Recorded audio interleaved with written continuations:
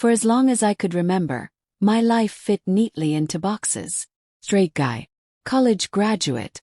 Beach weekends with friends. No questions asked. That's why when Joey and I decided to move in together after graduation, it felt like the most natural thing in the world. We'd been best friends since we were kids. Shared secrets, scraped knees, and terrible haircuts. There was nothing complicated about us. Or so I thought.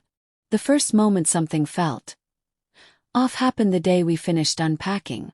Joey came home later than usual, holding a small bundle wrapped in brown paper. He handed it to me casually like it wasn't a big deal. "Congrats on graduating, man," he said. Inside were flowers. Nothing flashy. Simple. Thoughtful. I laughed it off at the time, joking that he was getting soft.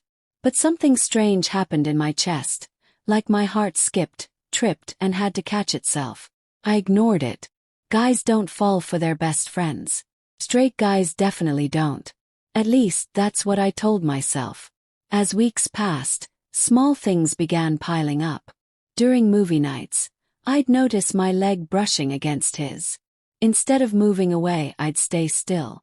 Sometimes I'd catch myself staring at the way he smiled during dumb jokes or how his eyes narrowed when he concentrated. I didn't register it consciously, not at first. It was just happening. The real moment of clarity or panic came one night while I was cooking. I was focused on the pan, humming to myself, when I felt someone step close behind me. Joey leaned forward, resting his chin on my shoulder. "Almost done?" he asked softly. It was such a small thing. Barely anything. But in that exact second, my entire world tilted. I wanted to stay there. I wanted him there. The realization hit me like cold water. I didn't just care about Joey, I wanted him. That night, I lay awake convincing myself I was being ridiculous. Stress. New living situation. Too much time together. Anything but the truth.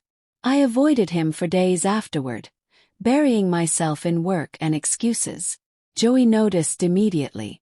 "You good?" he asked one evening, concern written all over his face. Adrenaline flooded me. Delight. Blame deadlines. Stress. Life. He believed me. And just like that, I went back to pretending everything was normal except nothing was. I tried rationalizing my feelings away. Maybe it was gratitude. Maybe it was comfort. Maybe it was loneliness. But then I came home one evening to the smell of food and found Joey in the kitchen cooking my favorite meal, steak and potatoes. "I figured you had a long day," he said. That night, he mentioned he'd folded my laundry. I walked into my room and saw my clothes neatly stacked on my bed. It shouldn't have meant so much, but it did. Acts of care hit me harder than anything else ever had. We ate together, laughed, watched a horror movie he pretended not to hate just because I loved them. When we finally went to bed, I stared at the ceiling, my thoughts spiraling. Something was changing. And no matter how hard I tried, I couldn't stop it. I didn't know it yet, but the weekend trip that followed would shatter every excuse I'd been hiding behind. The beach had always been our escape. One of our friends' parents owned a place an hour away, and nearly every weekend turned into sunburns, surfing, and late-night laughter. That Saturday felt no different, at least on the surface. As I loaded my board into the car, Joey ran out holding a backpack. "You forgot sunscreen," he said, tossing it to me. The sunlight caught his eyes. Blue-green, bright, familiar. My chest tightened again. I thanked him quickly and turned away, annoyed with myself. The drive was loud and carefree. We blasted shared playlists, screaming lyrics at the top of our lungs. For a moment it felt like old times, simple, easy. But the feeling didn't last.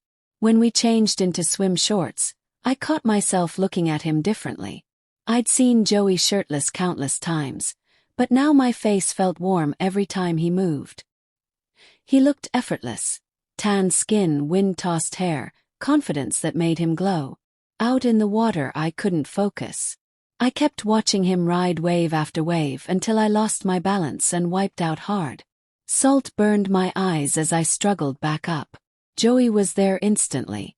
"You good?" he laughed, steadying me. "Or did you start drinking already?" I laughed with him, pretending nothing was wrong. But something was very wrong. Over the following weeks, my thoughts were consumed by him. At work, I'd zone out thinking about the smallest details. His laugh, the way he wiped ketchup off the bottle before using it, how he sat through horror movies even though they scared him. He started cooking more, doing more, caring more. I started sitting closer on the couch, leaning in without realizing it. Eye contact became unbearable, my stomach flipping every time he looked at me too long. Once we reached for the remote at the same time. Our hands brushed. Electric. "My bad, bro," I muttered, pulling away too fast. I was losing control. I'd only ever been with women. No one in my family was gay. I didn't have a problem with it, but this wasn't supposed to be me. Fear turned into frustration. Frustration into denial. One night, desperate to quiet my mind, I made a reckless choice. I got my hands on mushrooms, something I rarely did. Lying on the couch, staring at the ceiling fan, I felt everything melt. Colors sharpened. Emotions flooded in. Joy, fear, love, all at once.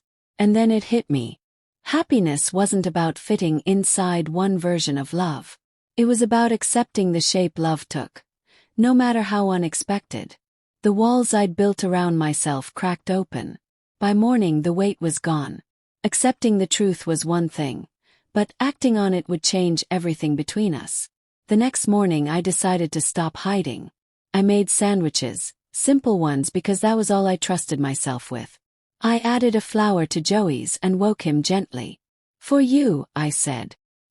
He blinked in surprise but smiled. We ate together in his bed, laughing about how dry my sandwich was. It wasn't perfect, but it was honest. From there I started showing up differently, leaving notes around the apartment, planning hangouts he loved. I surprised him with concert tickets to his favorite band, tickets he thought were impossible to get. When I handed them to him, his face lit up like I'd handed him the world.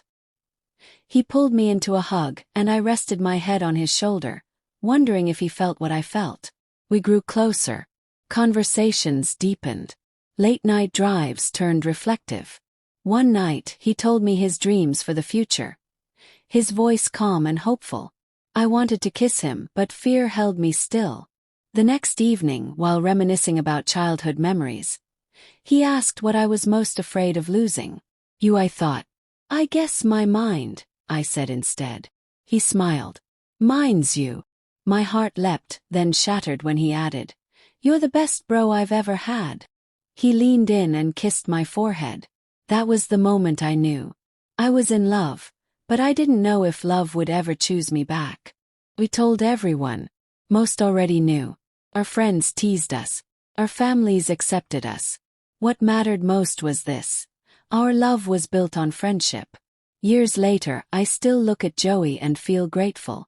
Love didn't come the way I expected, but it came exactly how I needed. And it all started with flowers. Sometimes the love that changes your life has been standing beside you all along.